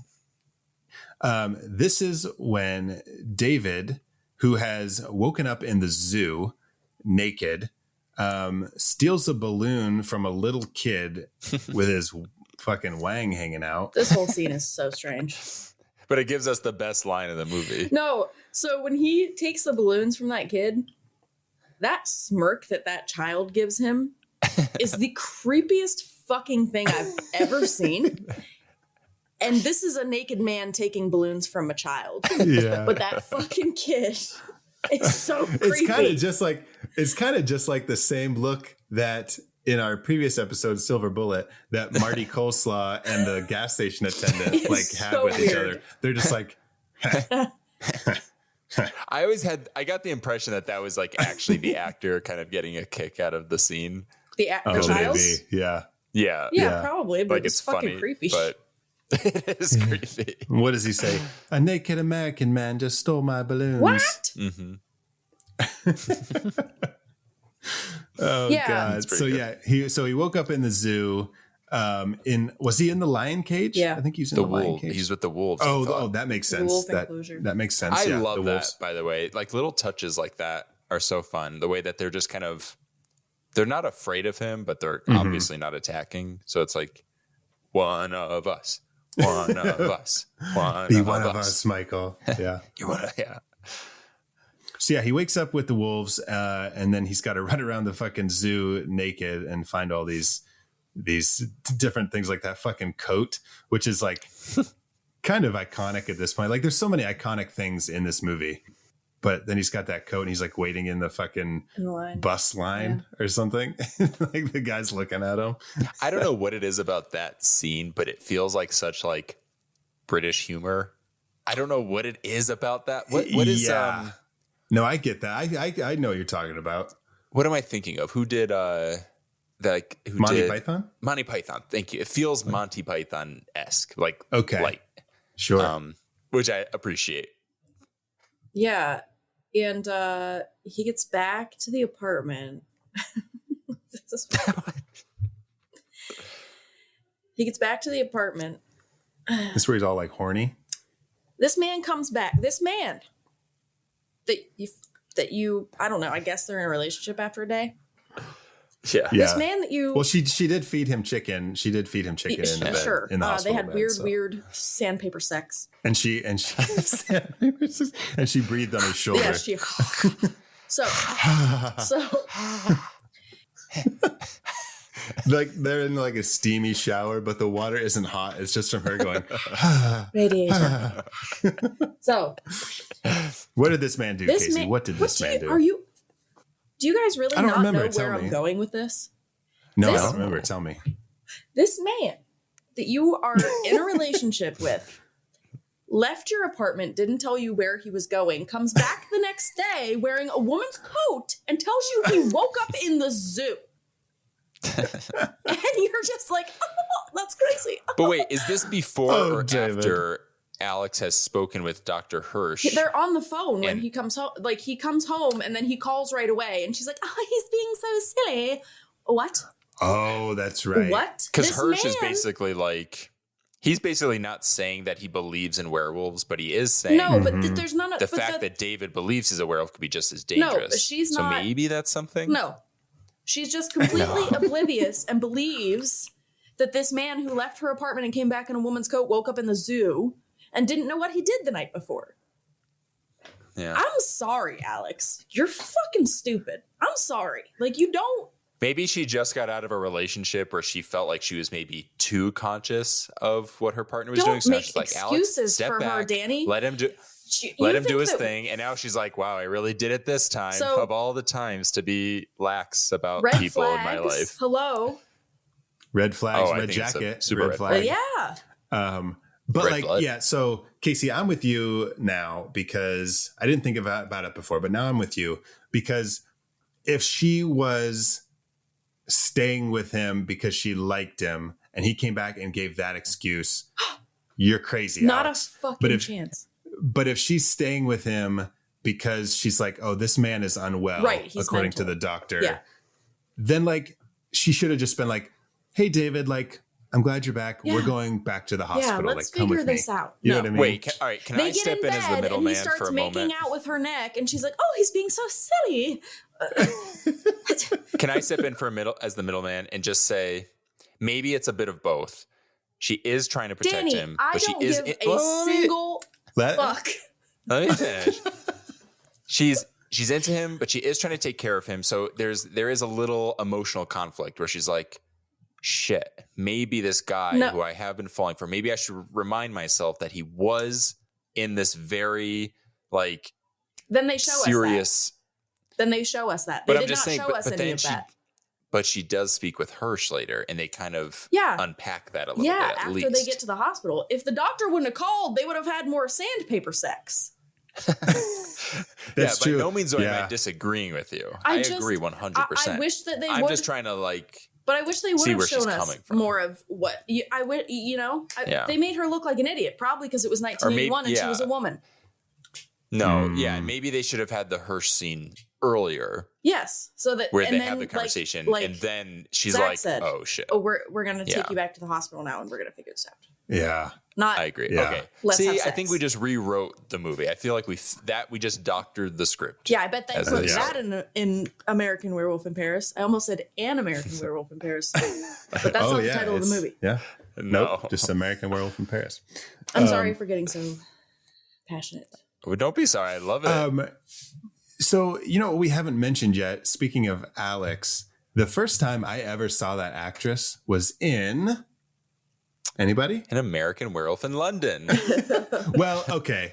I take it back. I probably saw that first. So the second time I ever saw that actress was in... I don't know a single other thing she's in. I don't either. Child's Play 2. Oh, I don't... Who is she in Child's Play 2? She's the foster mom that takes in Andy. Stop it. No, why is she taking in all these troubled people? She's stupid. It's in her contract. I remember Child's Play 2 the least. I watched 1 and 3. Oh, that was the one I watched the most as a kid. I watched 1 and 3 the most. Okay. Yeah. So anyways, Alex does decide to take him to the doctors. I think she says hey, Dr. Wexler, Hirsch. Is that it? Wexler who's Wexler? Isn't that from Urban Legend? Or maybe Kessler. Yeah, maybe I'm thinking of Kessler. Are you thinking of Han Solo? No, Wookiee. Yeah. Yeah. And in the cab, we hear over the radio that is it the radio or is it the cab driver that says hey, the cab driver, a bunch of people got killed? Oh yeah. Did you hear about all those murders last night? This guy was a lunatic, which is funny. And then David's lunatic, lunar, moon, werewolf. Yeah. Lunar tick. Mm-hmm. Lunar ticks, space ticks. They should do a movie about a tick that bites a werewolf and becomes infected with the werewolf thing and becomes a lunar tick. Wow. And he's a lunatic. And then when does he travel to space? The fourth one. In part 4. Yeah, when Luke Skywalker comes in part 4. That's the go-to space installment is part 4. That's so funny. But yeah, so this is our 7th reveal. Yep. Yeah. This is our 7th official reveal when David realizes that he is the monster. Yes, it is revealed. Because he didn't want to believe it when Jack told him, and then now it's crazy. Sometimes a mirror isn't really a mirror, and sometimes it's just you being aware of your surroundings and listening to people when they tell you, "Hey, guy, maybe you should look at yourself sometimes." Yeah, when your dead friend shows up and says, "Hey, guy." Yeah, that's not enough. Nor is the second time enough. But when that random cab driver hints at someone else dying and you feel guilty all of a sudden. Yeah. So he freaks out. He tries to get himself arrested. Didn't work. Yeah. What else could he have done? He could have started strangling somebody or something. It got really dark. I meant he wouldn't really be doing it, but he'd be like, oh God. He just starts beating up Alex. It'd be better than the fucking sex they had before. Jesus Christ. He goes up to her. He's like, how do you like it?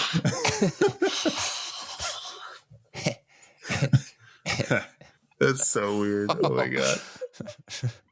What sends him into the porno theater? Does he see Jack outside? Or yeah, doesn't he kind of is like, "Hi, Jack," or "Hi, David"? Does he? And that's what he's like. Okay, I better go talk to him. And he's like, "Fuck." Why do you think? Okay. Why do you think the film is called "See You Next Wednesday" instead of "See You Next Tuesday"? Was it just supposed to be like? They also See You Next advertised Tuesday, it in the but tube we're just being funny. With the dude in the tube. Yeah, you see it everywhere. Yeah. Maybe it's the sequel to See You Next Tuesday, but then the joke doesn't work. But that in itself is a joke. It's funny, yeah. Yeah. Yeah. That is one of my favorite. I wish that was a real like extended porno, like obviously fake, but like I wish they had filmed more because that's some of the funniest stuff in the movie. Guys, See You Next Wednesday is actually a recurring gag in most films directed by John Landis. Wait, really? Oh, okay. So it's okay. It is in The Blues Brothers, Coming to America, American Werewolf in London, Thriller, and Trading Places. That's cool. I didn't know that. That's neat. Yeah, so Jack waves him in, and he goes in, and it's like, want to go whack it at this theater with me? Want to go? Hey, Jack, you want to go whack it? I want to go jacking it with Jack. But this version of Jack, Griffin Dunne, he's like all. No, it's Gryffindor. Lupin was a Gryffindor. Yeah, you're a wizard, Jack. You're a werewolf, David. This version of him. He's American. A what? A what? What? What? This version of fucking Dumbledore, Jack, whatever the fuck you want to call him. Dumbledore Jack. He is like rotted away. And so he is like just a skeleton at this point with some stuff on him. And actually that puppet the mouth was controlled by Griffin Dunne as he was saying his lines. Really? He could puppet the mouth of that thing. That's so cool. To kind of like get the right. Like his like rhythm and nuance. Yeah. What a So I great thought that was idea. pretty neat. So like, even though it's not Griffin Dunne anymore, it still kind of is. Yeah. Mm-hmm. Yeah, because at this point, when we see him the first two times, he's been kind of impressive but disgusting. Now it's a pure visual gag. Yeah. Even though he's the most decayed, it's so funny. Is it so over the top? Uh-huh. Yeah, and so he also meets the other people that he killed in his escapades the night before. They're all there in the porno theater, and I love this. Like, it's a funny little. It's kind of demented, but they're all like coming up with different ways on how he can kill himself. It's kind of funny. But wait, are we counting this as the 8th reveal? The fact that it's the undead? Oh, yeah. Or I didn't mention that. That's that. I'm sorry. This is our 8th official reveal. Yeah, I forgot to set that up. Hey, that's why there's 3 of us. That's why there's 3 of us. So yeah, this is our 8th official reveal, all of the victims in the porno theater. And it also kind of ties right into our 9th reveal. They kind of like blend into each other because in the theater, David starts to turn into the wolf again. And he eats the people who I think are in the theater. And then somebody runs out and they're like, there's a fucking monster in there. And the cops come in, and this bleeds into our Piccadilly Circus climax, where the wolf I thought we were getting a climax in the porno theater, but I'd love a Piccadilly Circus climax. Stop it. I'm sorry. Guys, I love this movie. I just want to say, like, I love most of the movies we do, but God, just a testament to, there's a reason this movie is beloved. Absolutely. But yeah, now we're in Piccadilly Circus, and the werewolf is running rampant. Yeah, it's pretty wild. Yeah, It's like pretty great. I always forget chaotic. about how much chaos and death is caused, like not by the werewolf. Yeah. All the car just by people accidents crashing into each other and getting run over and so squished. Much, like pure chaos. It's crazy. So like somebody gets run over. There's multiple car crashes. People get thrown out of windshields. We talked earlier about John Landis. He's the guy who gets smashed through the glass. And then another man gets smashed between 2 cars and just like, it's insane. And this is our 9th reveal, correct? Yes. Piccadilly Circus. Yep. Okay. It kind of, the porno theater and this one kind of just like blend into each other. Yeah.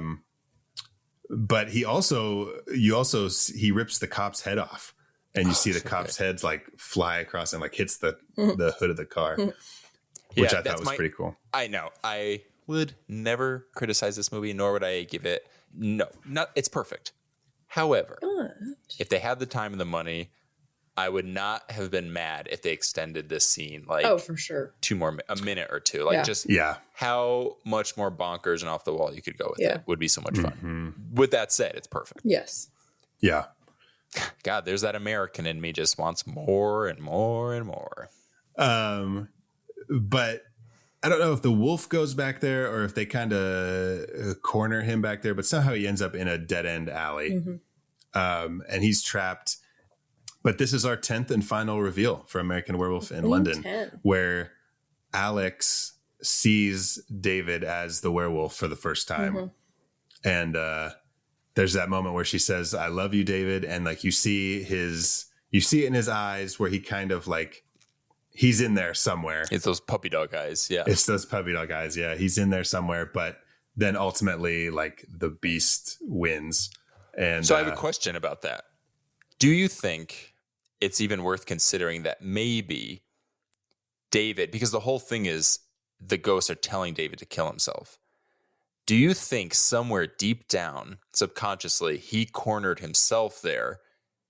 And then in that moment, looking at Alex was like, be the beast, like, you know, let them kill you.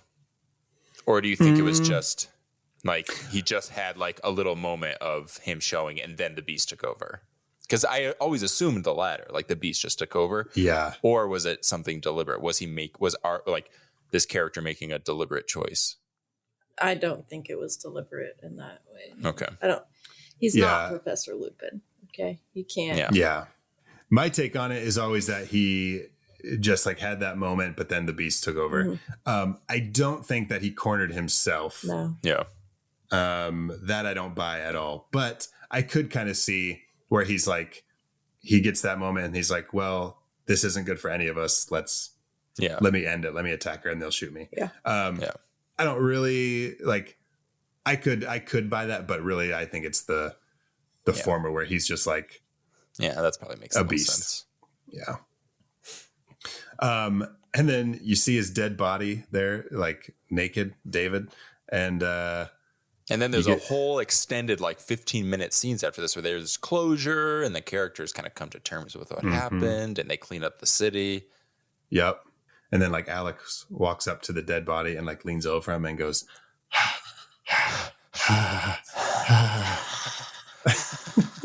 and then the cops all look at each other and they're like, and then that boy with the balloon is like, fucking stupid. And then his mom goes, "What? What?" And then it cuts to black. And then Catherine O'Hara comes in and she goes, "Kevin!" Perfect. And then you just see the Millennium Falcon flying off to Kashyyyk.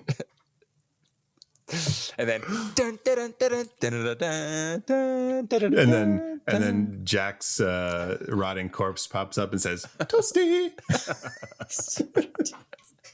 See, you can perfect a perfect movie. We just did it. That's right. That is an American Werewolf in London. So good. Yeah. So good. Now let's talk about, we'll do a speed run recap and let's talk about our favorite reveals in this movie. Okay.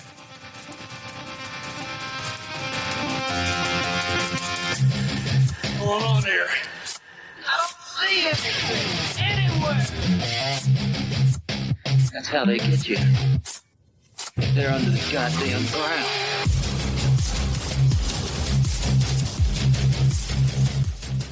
Okay.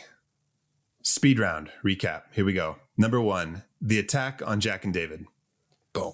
Number 2, Jack returns to talk about shit that's going down. He did. Number 3, the transformation. Oh, it's perfect. Number 4, the couple outside the apartments. So rude. Number 5, the homeless men by the waterway. Poor guys. Number 6, the dude in the tube. Idiot. Number 7, the cab ride that reveals that he's the monster. So informative. Number 8, the porno theater. Oh, love it. So horny. No, so horny. Number 9, Piccadilly Circus. So horny. Extravagant. So horny. Number 10, Alex sees Wolf David. So horny. May the force be with you. So horny. Sandpaper. All right, who's going first? I'm going to go first, and I don't want to speak for you guys, but you're probably all on the same page. It's the transformation. It's a transformation. Casey's shaking her head. She's like, not for me. That's it. No, it's not that it's not, but it definitely is. So, I think we all need What? No, It's of not, course. it's not, but it is. Of course. No. The transformation scene is... I mean, what comes second, would you say? Is it Jack?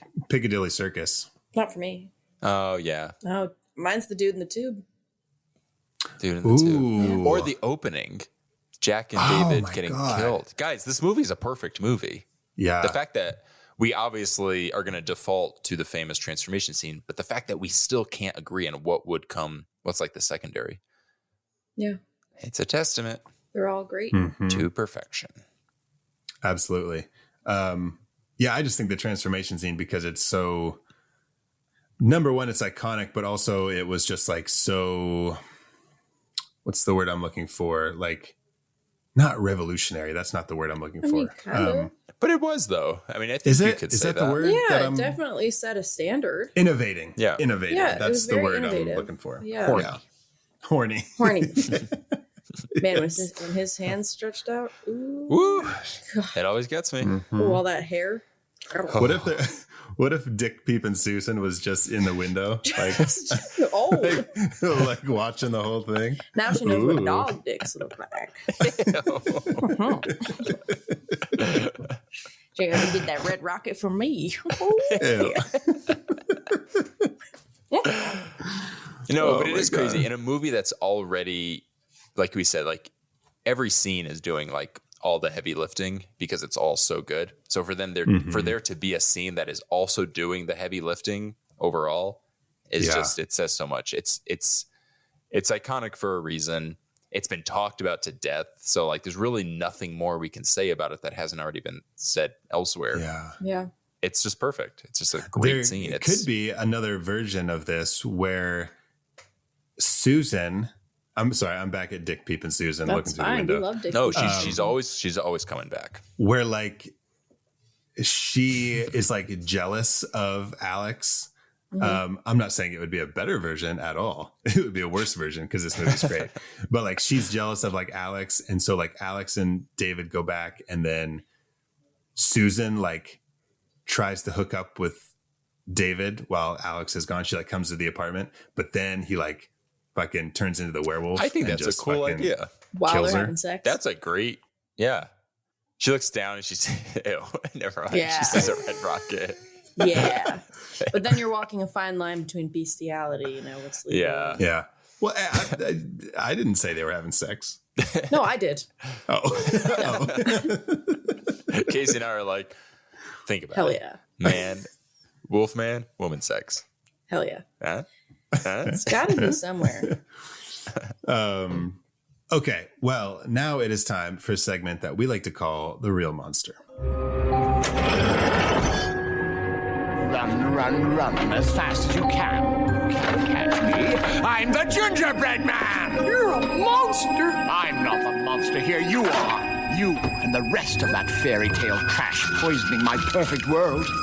Now tell me, where are the others? Eat me! I have Jack for the way he's talking about Debbie Klein, saying that she's got to make love to him. She has no choice. That's kind of rapey, in my opinion. I have Nurse Gallagher for looking at David's penis, which we know her as Susan. We know her as Susan, Dick, Peep, and Susan.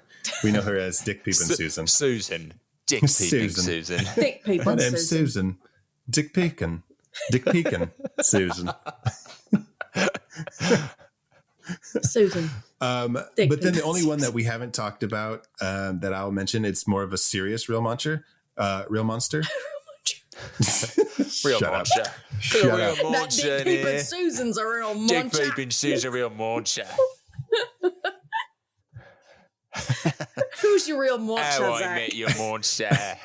As soon as I said it, I was like, oh, I'm fucked right now. That's Like, going to make so much We all fun just, of me. our eyes just lit up. We're like, they're going to jump on this. Got him. Get him. No, the last one I have left that is kind of a real monster is inflation. All right, old man. They're at the grocery store and getting stuff. And she says, she's like, my pay can't possibly keep up with inflation. And it's like, so true. This fucking... You have no idea. They're the real monsters in that scene for not appreciating how good it was. It was like $1.20 for like nothing for everything. Yeah. Oh, those are good. What do you guys got for real monsters? I've got a few. All right, this is more, maybe I'm the real monster for just misunderstanding, but calling a pentagram a pentangle. Do you guys notice that in the opening? They keep calling it it's a pentangle. A pentacle? Yeah. What? A pentacle? Pentangle? A pentacle? It just, I don't know. Maybe I misheard it, but it's stupid. They may say it's a pentagram. pentacle, but with pentacle is what it's called also. Because maybe with an accent. Yeah. Pentacle. But like even in the Wolfman, I'm pretty sure they call it a pentagram. Like, I don't know. Why are we rewriting? Why are we changing the rules? Okay. I don't know. Racist jokes. The guy who's doing the Alamo joke, just insensitive, unnecessary. If I may, technically a pentacle is the one with the circle. Oh. Pentagram doesn't have a circle. Okay. Oh, okay. So I'm the real monster. I can own up. Yeah, I mean, people use it interchangeably, but okay. Technically. All right. Okay. Did you watch Boy Meets World, the episode Who's Afraid of Cory Wolf, when he thinks he's a werewolf and he's holding his teacher went on a trip to the Pentagon and he's holding this like thing that he bought that's in the shape of the Pentagon. And he's like, and then there's like a voice in his head that's like, you will get the, like the symbol of the wolf will appear in your body. And he's like, the pentagram. And he's like, the pentagram or the Pentagon? And the voice in his head is like, same difference. So stupid. That's funny. Yeah. That's funny. I also have, I think we talked about this, but the guy from the embassy, when he's like, I appreciate how upset you must be. Mr. Collins. Yeah. Mr. Collins. Douche. Yeah. David, not just because he's a werewolf, but for making those stupid faces on the tube. Like, what a dork. Yeah. With like the bugs. Yeah. Yeah. And my last one is that IMDb synopsis. It's fucking wild. It was bad. Yeah. Oh my God. It was bad. Yeah, that was insane. Casey, what do you got? I think you guys probably already know. I also have Mr. Say Collins. No more. I also have Mr. Collins and the nurses and doctors in that instance because they were acting like he was overreacting, and he simply was not. He was not freaking out at all. No. They gave him sedatives and told him to chill out. So I have that. I do have sandpaper sex scene because I'm sorry, guys, I can't get over it. I have ignoring red flags and love bombing as well, because you don't love somebody in 2 fucking days. Yeah. You sure don't. And they both told each other. You can be infatuated, but... Yeah, they both told each other that they loved each other. And I'm glad that he died, because if they would have stayed in a relationship, it would have been a horrible, toxic relationship. Yeah. Yeah, I'm glad he's dead. Fuck David Kessler. Piece of shit. Yeah. Monster. What a great way to end this episode, guys. Yeah. Piece of fucking shit. Well, we're not done with this episode yet, because now it is time for our last segment. Oh, shit. Would you survive an American werewolf in London? And here we go. This is tough. This is tough. Depends on your circumstances. Yeah, it depends on like where you are. Let's say this. All right. I'm gonna narrow it down a little bit. Would you survive a walk on the moors? So that was actually my response was going to be, I would say, no, I would not survive meeting this monster because I'm too tempted to backpack around the moors. Yeah. So like we talked earlier about the picturesque like opening and the pastoral setting and everything. That in itself would, even if I did get warnings from like local bar patrons or pub patrons, I guess in this case, I would still go. I would ignore the warnings like Jack and David did because it's just so pretty, and I would die. Also, I would never shoot a wolf, so I'd be like fucked. Right. Like if push came to shove, I'd be like, just do it. Well, also, like... You wouldn't shoot a wolf to save your own life? No. But you also have to think about the fact that nobody that came in contact with him in this movie lived. Yeah. Until the end when he let them shoot him. But anybody else that came in contact with him as a werewolf died. Oh, yeah. That's a good point. Yeah. Yeah. So no, I would not. And he's on 4 legs. Like, I feel like 2 legs, you might be able to outrun him. But 4 legs, he's got Unless he's got really long arms and he's like outstretched. He's like, I got you. Freddy Krueger? Yeah. Oh, it's one of those long-armed werewolves. Damn it. Yeah, we'd all be dead. Nice. But we could all meet up at the porno theater and just kind of chat about the afterlife. Yeah. It'd be fun. Cool. It's kind of fun. We could record the podcast then. Ooh, yeah. Wouldn't that be cool? Yeah. All right. Well, you guys, that is our second werewolf movie in our Dog Days of Summer triple feature. 2 out of 3. Sure is. 2 down, 1 to go. We didn't even need any silver bullets to do it. No. I mean, we needed 1. We needed 1. And then we just needed, 1. What is our third movie to round out this triple feature? You know, sometimes you just have to go back to the classics. We're going to watch The Wolfman, the 1941 Universal classic. Hell yeah. I have never seen The Wolfman. I haven't either. Oh, that's so exciting. I have seen this movie so many times. It's crazy. And I'm not going to say anything, but I know you guys are going to have Casey's going to have a strong opinion about something, which I'm going to agree with, that I never noticed until I watched it when I was older. Okay. These old movies, though, they are something. It's very short, too. It's like 75 minutes long. Okay. Oh, yeah. Like right. I watched Devil Bat the other day, and it was an hour and 10 minutes. Wow. No, Wolfman's really fun. It's very short. It's literally... I mean, it feels like it has all the cliches because it set the standard for the cliches. Sure, because it was the one that did it. Yeah. But it's really good. I'm excited to finally see it. The music's amazing, and Claude Rains is in it, and Claude Rains is one of my favorite actors of all time. Okay. It's pretty good. Yeah, I'm looking forward to that. Lon Chaney Jr., good Lord. All right, so that is one that you guys do not want to miss. Come check out The Wolfman, our third feature in our Dog Days of Summer triple feature. And if you want to talk more about An American Werewolf in London, find us on social media. We are all over the place at How I Met Your Monster. Where can our listeners find you guys on social media? I am on Instagram at WolfMotherCasey. Ooh, that's fitting. That's fitting. Danny? You can find me on various socials just at my name, Danny Salem. That's Danny. Wait, that's right? Did I miss something? No, I feel like you just need to know how to spell your name. Oh, yeah. Okay. You can find me on various socials at my name. That's Danny Salem, DannySalemme. That's 2 M's, like the candy. Melt in your butt, not in your hands. Wonderful. And you can find me on social media at Zach Winsick.